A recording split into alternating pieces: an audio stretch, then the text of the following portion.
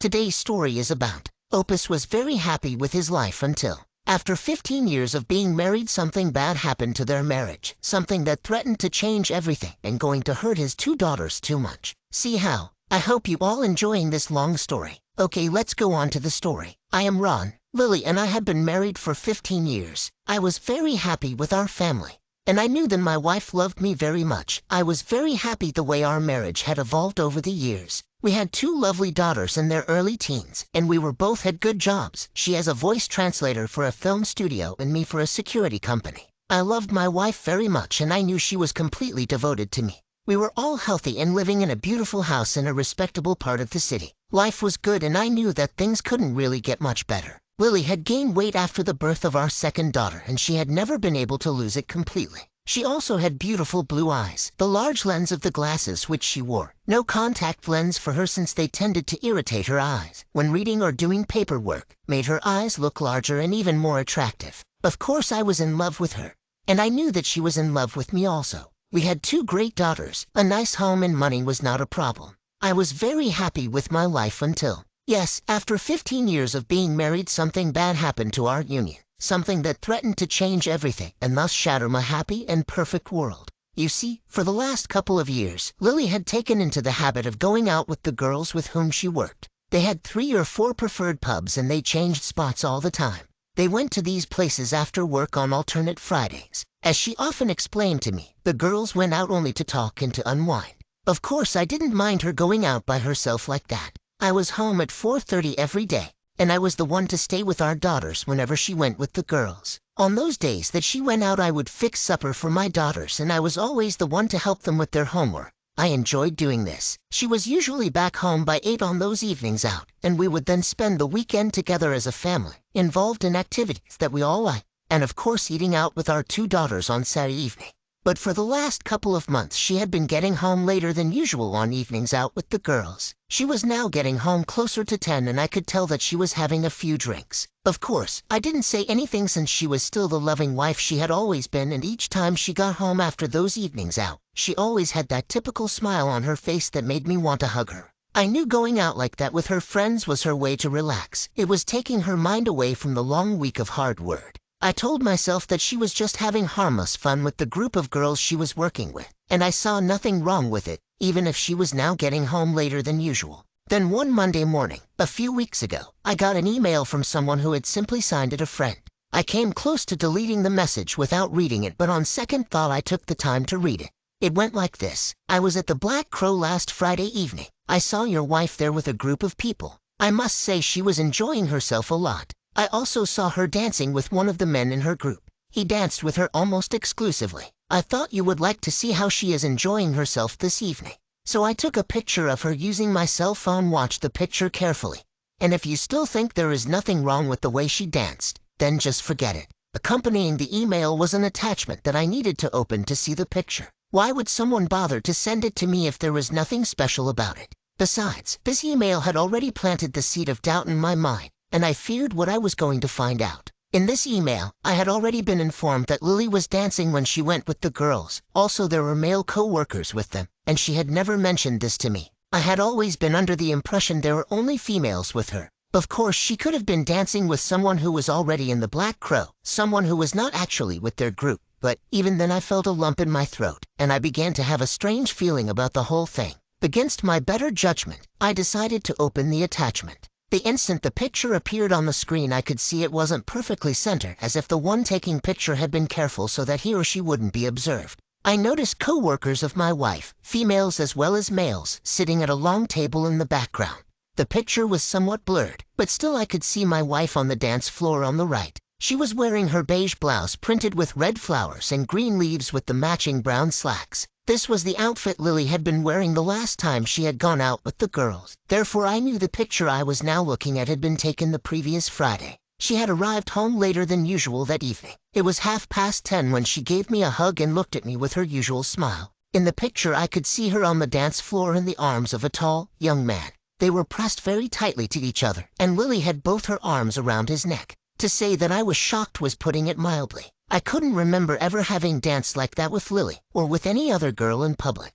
The man's lower body was pressed very tight against her, and I know she must have been feeling his erection rubbing against her. He certainly had to be hard. After all, what man can press himself like that against a woman and not become instantly hard? But Lily didn't seem to mind. Quite the contrary. Judging by the happy smile on her lips, it was evident that she was also pushing herself against him as they stared into each other's eyes. My wife, my Lily, the mother of my 2 daughters, was holding a stranger in her arms and acting like a slut in public.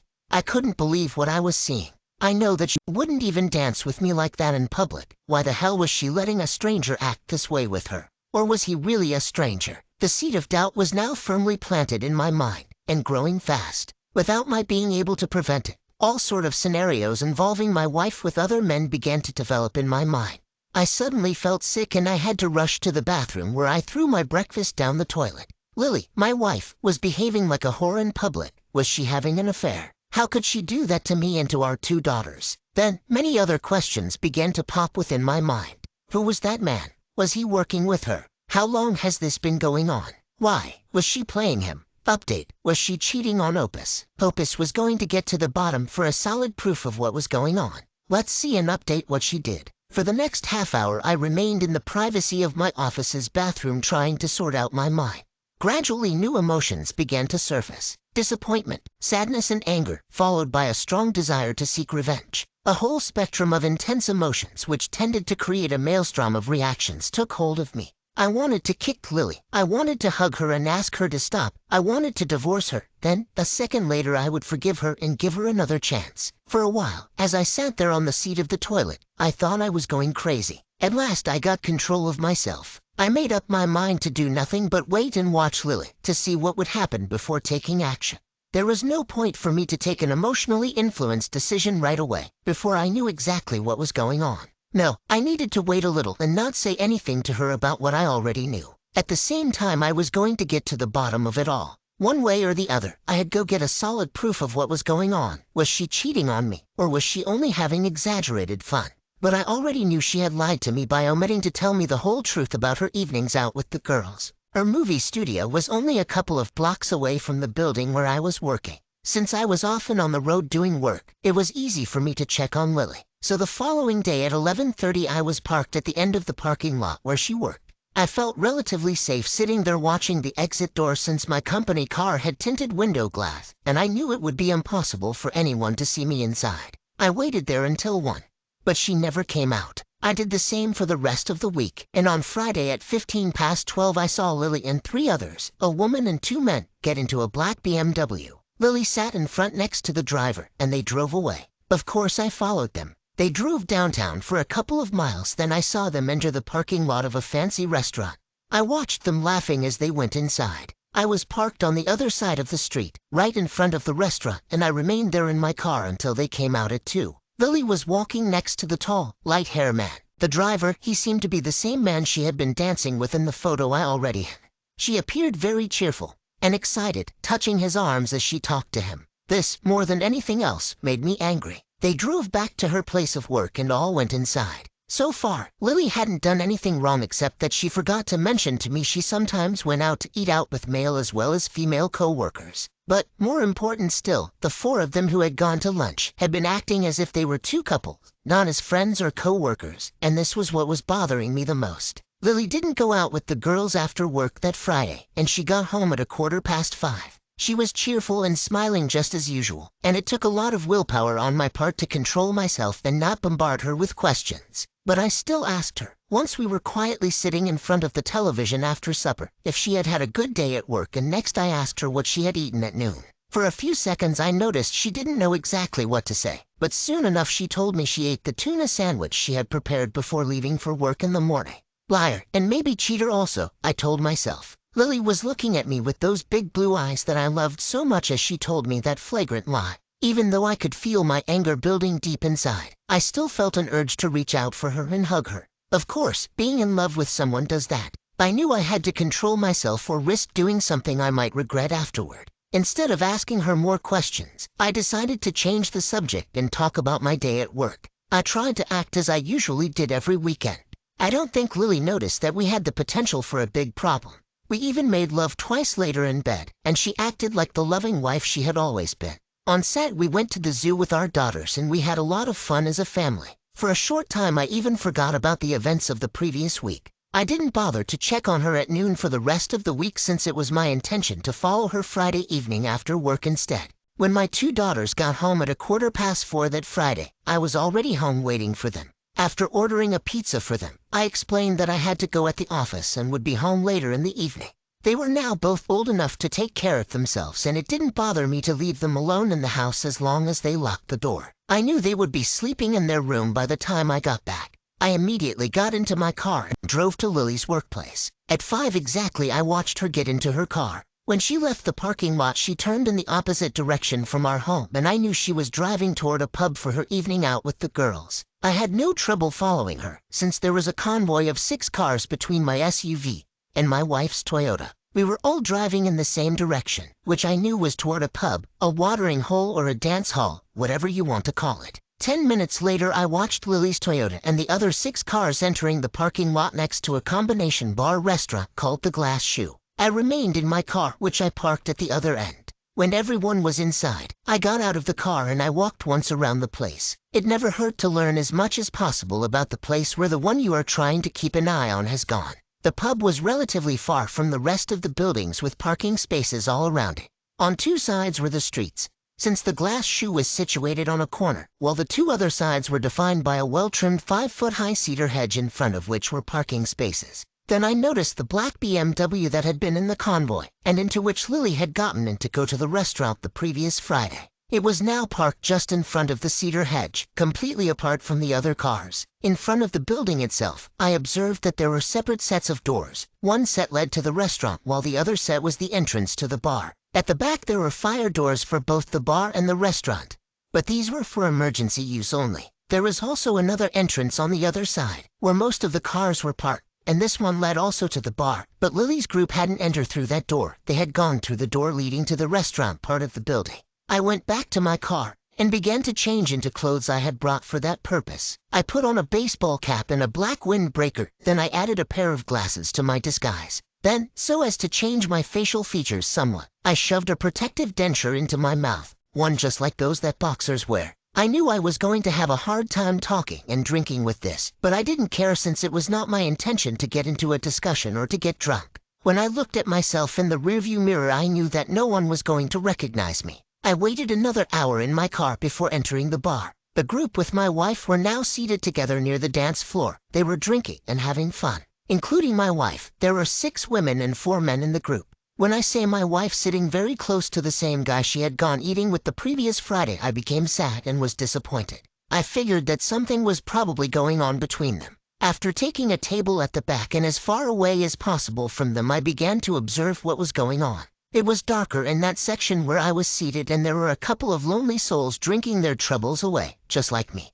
I knew no one was going to pay attention to me there. It didn't take long before the music started playing and people began moving to the dance floor. Soon I saw Lily dancing with that man who had been sitting next to her. I noticed that the other 3 guys, still sitting at their table, had a weird smiles on their faces while they watched them dance. I could tell that Lily and that Bast were an item, and everyone was watching them dance. After a couple of hours, there was only Lily and another girl, plus 2 men in the group. The others had gradually left the place. Both couples were now on the dance floor, and my wife had her arms around the neck of this nonsense, and to anyone there it was easy to see they were lovers. He had both of his hands on Lily's ass, and they were barely moving on the dance floor. They just stood there rubbing their bodies against each other. Then I saw him kiss her and he said something in her ear. I watched her nod her head, and they immediately went out of the building holding hands. I followed them out. It was already quite dark outside, and I saw them walk hand in hand toward his car. From where I was I watched them getting into the back. I now understood why he had parked his car in the last row of the parking lot so close to the cedar hedge.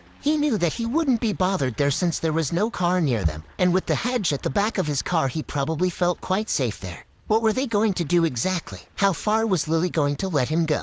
I knew I had to find out, and I carefully walked toward the other end of the parking lot. Then I went toward the cedar hedge. Staying close to the 5-foot-high hedge, I slowly walked toward their car, while being careful to hide behind parked cars as I went ahead. Soon I was standing next to the back of his BMW. At first I saw no one inside the car. Then it occurred to me they were probably sitting or lying on the back seat. since it was very dark where I was, next to the hedge, and I knew it would be almost impossible for them to see me from inside the car. So I moved closer still, and I carefully brought my head near one of the back windows of the car. But when I tried to look inside, I could see absolutely nothing since all the windows were deeply tinted. Still, I could hear muffled voices coming from inside the car. I was now desperate. Should I open the door and pull her out, or wait to catch Lily in the act of cheating? It was difficult for me to make up my mind. But after a minute or so that decision was no longer mine to make when I noticed that the car was shaking in a rhythmical manner. The blast was playing my wife. I could no longer contain my rage now.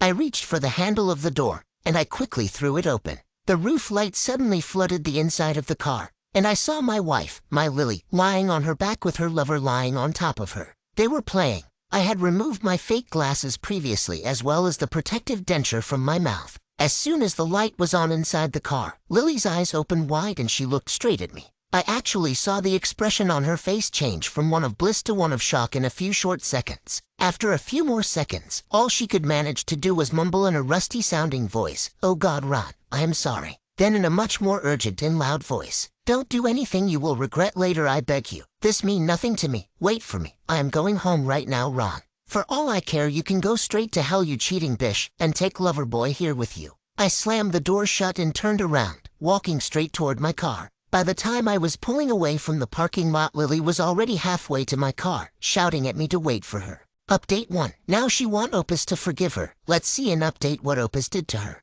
Lily entered the house less than 5 minutes after I got there. She looked terrible. Her hair was in disarray, and her beige skirt and white blouse were completely wrinkled up. She slowly walked up to me and stood in front of me with tears in her eyes. "Oh God, honey, I am so sorry. I love you more than life itself. I know that I have hurt you terribly. You broke your marriage vow, Lily. I have never cheated on you once during the 15 years we have been married. Had I known that you were getting some on the side behind my back, I could have done the same. Had I known that you held no importance to the fidelity part of our marriage vows, I could have had some cheap thrills too. Please listen to me, Ron. I love you and what I did mean nothing to me. I wish I could somehow undo it all, but it's not possible. You must believe me. You are my world. My life is not important in comparison to you and our 2 daughters." She then went into a fit of crying. She kept pressing her face into her hands as if trying to hide. Finally, she had to go sit on the couch since her legs would no longer support her. All the time she kept on repeating how sorry she was. "Stop telling me that you are sorry. What you did to our marriage is unforgivable. Tell me who he is and how long this has been going on." I felt a little more at ease now that Lily had gone to sit on the couch and was no longer standing in front of me. All the time she had been standing there, I experienced a strong urge to grip her neck and shake her. Never before in my life had I ever felt such anger. It surprised even me. His name doesn't matter, Ron. He is someone who works at the studio with me. This should never have happened. You must believe me, I love you more than my life. But you do realize that you were playing that best. You were supposed to be out with the girls. Those evenings out with the girls have been going on for 2 years now. So am I to believe that you have been playing this all that time? Oh God, no. I haven't been doing it for that long. Believe me, what I did didn't take anything from our marriage. I love you more today than I ever loved you before. Please forgive me, and try to understand there was never any love involved in what I did." She began crying again. She looked terrible sitting there with her eyes swollen and red, begging me to forgive her. "You are the one that don't seem to understand. What do you think those co-workers of yours think of me, and of you, now they have seen you give another man what is rightly mine? Can you imagine the way they will look at me if they see us together, either on the street or at one of your office parties? This is not only a secret affair you were having with someone who works with you. No, this is a public display of your arrogant cheating. You were telling the whole world you were fool me. I am sorry, but I cannot live with that. Ron, please don't do this to me.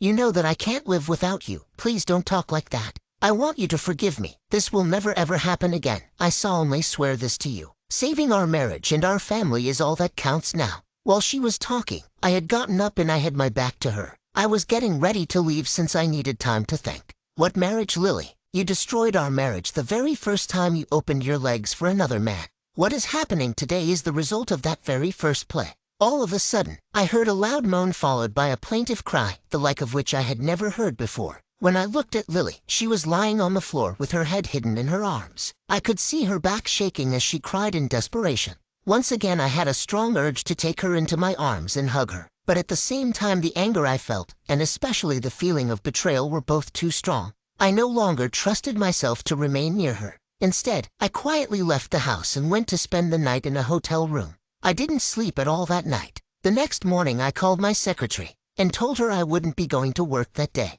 I remained in my room until noon. Then, after eating a few bites at the hotel restaurant, I drove in front of my house on my way toward my office. There was a green Toyota parked in the driveway. I realized that it belonged to Francine, Lily's sister. At least, I told myself, my two daughters had the company of their aunt besides that of my cheating wife, and it did make me feel a little better. But what I didn't know yet was the fact that Lily was now in hospital. After I left the house the previous evening, while she was explaining to her sister on the phone what had happened, she went into a fit and had suffered a nervous breakdown. It was only once I got into my office that I learned what had happened.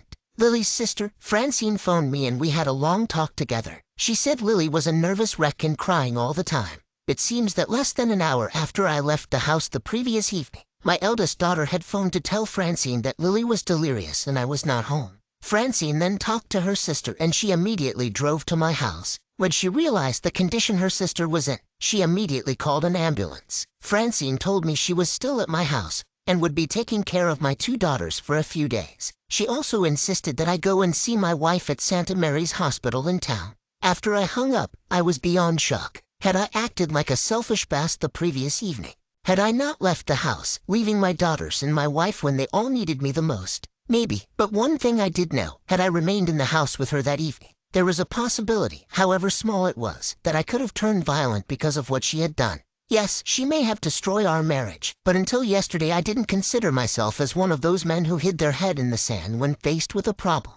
Was this exactly what I had done? Lily and I had a big problem, of course, a huge one at that, but was that a reason for me to just abandon my family when they needed me the most? I was now feeling very bad as I sat there behind my desk. I began to cry, wondering deep inside if I could have done things in another way, a better way with forgiveness and ever reconciliation a remote possibility even. Of course this whole mess was one of Lily's making. She was completely responsible for giving to another man what should have been mine only. But breaking my marriage was going to hurt my two daughters too much. There had to be another solution. And this is when I got the idea of forgiveness with retribution. As soon as I recovered enough from the shock of learning that Lily was in the hospital, later I was in my car and driving toward the hospital. I had absolutely no idea what I was going to say to her. But one thing was certain, I was going to face the situation and find out exactly what she had done. Lily's confession from hospital bed. Now I am here in a hospital bed. At this moment a thought entered my mind. It was something that my mother used to tell us. Cheaters always get caught one way or another. Ron and I got married when I was 20 and we were perfectly happy.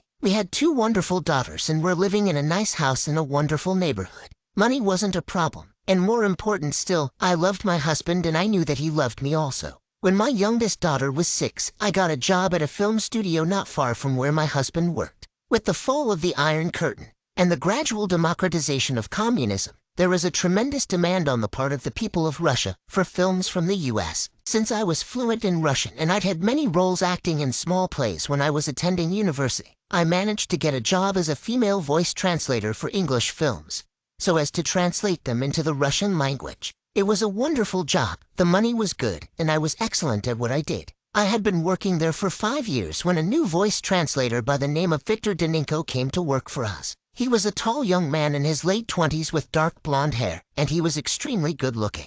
Most of the girls working at the studio had a crush on him, but he didn't seem to notice all the attention he was getting from any of them. Vic had been born in the U.S., but his grandparents came to live in America at the end of WW2.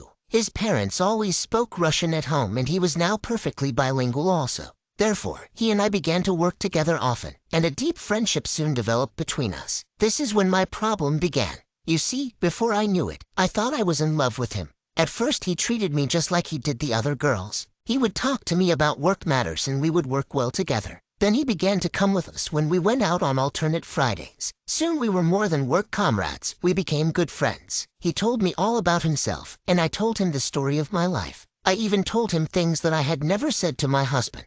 Until Vic started coming with us at the pubs, we were only a group of girls. But now that he regularly came with us, the girls began to bring their boyfriend or their husband with them. The first mistake I made was that I never told Ron that these girls' night out meetings were now mixed. I suppose I did enjoy being with Vic, and I didn't want to lose the exclusivity of his attention by having my husband there with us on those nights. Soon the friendship between Vic and I developed into something deeper, and we were dancing all the time together. I suppose I never noticed how far things had developed until one evening while we were dancing to a slow song. I found myself held tightly in his arms while we were in a dark corner of the dance floor. All of a sudden he kissed me on the lips. It wasn't a kiss given to a friend or to a family member. I was shocked. This is how it all began. The following Friday that we went out together, he found an excuse to take me out of the pub and we went necking in his car. From there our passion evolved, and soon we were playing like rabbits in the backseat of his car. Of course, I felt very guilty when I got home and I made sure that Ron got all the love he deserved. What I hadn't realized at the time was that Ron, as my husband, deserved my complete love and nothing less, and I should have given any of it to Vic. But since I was working with Vic each day, it was impossible for me to keep away from him. And gradually, even at work, we got into the habit of hugging and kissing when there was no one around. In other words, we became very comfortable with each other. I must mention here that, from my point of view, my behaving this way with Vic wasn't taking anything from my love for Ron. I still would have given my life for him, and I had absolutely no intention of hurting him with my affair with Vic. How wrong I was. Making love with Vic was certainly not better than making love with my husband. By the time my husband found out about my affair with Vic, we had been lovers for 4 months. I didn't love him like I loved my husband, of course, but the sex with him was fantastic. The fact I could let go of myself when I was with him made all the difference. When I was making love with my husband, I had to restrain myself since I didn't want him to think of me as a soul. But when I was with Vic, I had no such restriction since I didn't care what he thought about me. This was the main reason I did things with Vic that I had never done with my husband. I suppose Vic and I were extremely negligent and careless in the way we were acting in front of our co-workers. Of course, it didn't matter that much to Vic since he was not married. But because of the way we were acting in public, it was only a question of time before my husband found out about me and Vic from a jealous co-worker. We should have been more discreet, but I know now that even if Ron had never learned of my affair, it would still have been terribly wrong. That evening when Ron caught us, it was by far the worst moment of my life. When Ron shouted at me that I could go to hell and bring my lover with me, just before he turned to move away from the car, I knew that my marriage was in deep trouble. I even stepped on Vic with both feet in my hurry to leave his car so that I could catch up with my husband. But I was too late. By the time I was halfway to his car, he was speeding away, leaving me standing there in the middle of the parking lot.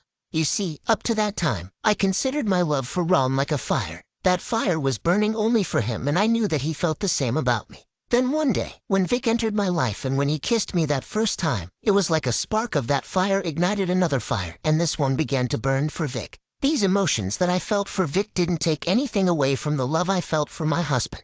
I told myself it was just like when my youngest daughter was born. I loved her with all my heart, and it didn't reduce the love I still had for my eldest daughter. What stupid things we tell ourselves to justify our basest urges. Children don't expect a parent to love only them. We never vow to our children to forsake all others. Yes, the love of a parent for a child is far different from the love one should have for their spouse. But I made certain those thoughts never reached my consciousness while I played my games with Vic. I know that my husband certainly doesn't see it the same way I did then, and I don't blame him. I understand that if the roles were reversed, and if he was the one with another woman in his life, I would be devastated. Human thoughts and emotions are so mysterious, and sometimes we shouldn't try to reason them. So, now I am here in a hospital bed. Each time I wake from my dreamless rest, I start thinking about the events of the last few months. I cry and feel sorry for myself. Then the nurse injects me again with something and I sleep once more. A wonderful sleep that allows me to forget everything. I wish that I could never wake up again and be at peace with myself, but each time, just before I pass out, I see a picture of Ron and me on our wedding day. Oh, God help me. My children, my husband, I can't leave them. I must fight that urge to hide on the other side. Life is a never-ending combat, my father once told me. If you stop fighting, then you had no right to be living in the first place. I am alive, Ron and my daughters are alive, and I will live also. After all, they are the loves of my life. Yes, I will fight for my husband and my family. To me, Vic is just dirt now. He had absolutely no right to be in my life in the first place. If Ron lets me, I will be once again and for the rest of my life, the faithful wife I used to be. When I wake up, how long in the future, I don't know, but I will come back into my family's world, of that I am certain. When I do, the first thing that I hope to see is my husband standing there in front of me so that I can start the difficult task of making it up to him. I don't know how many days I have to stay here in hospital bed, but I beg everyone to pray for Ron's and our daughters. The end. Thank you for joining us on Revolving Time, where we bring you real-life stories that explore the complexities of the human experience. We hope that our stories have provided you with insights, inspiration, and a renewed appreciation for the power of human resilience. We encourage you to subscribe to our channel and stay connected with our community. By subscribing, you will be the first to know about new stories and events, and you'll have access to a library of inspiring content. Thank you for being a part of our journey, and we look forward to sharing more powerful stories with you in the future.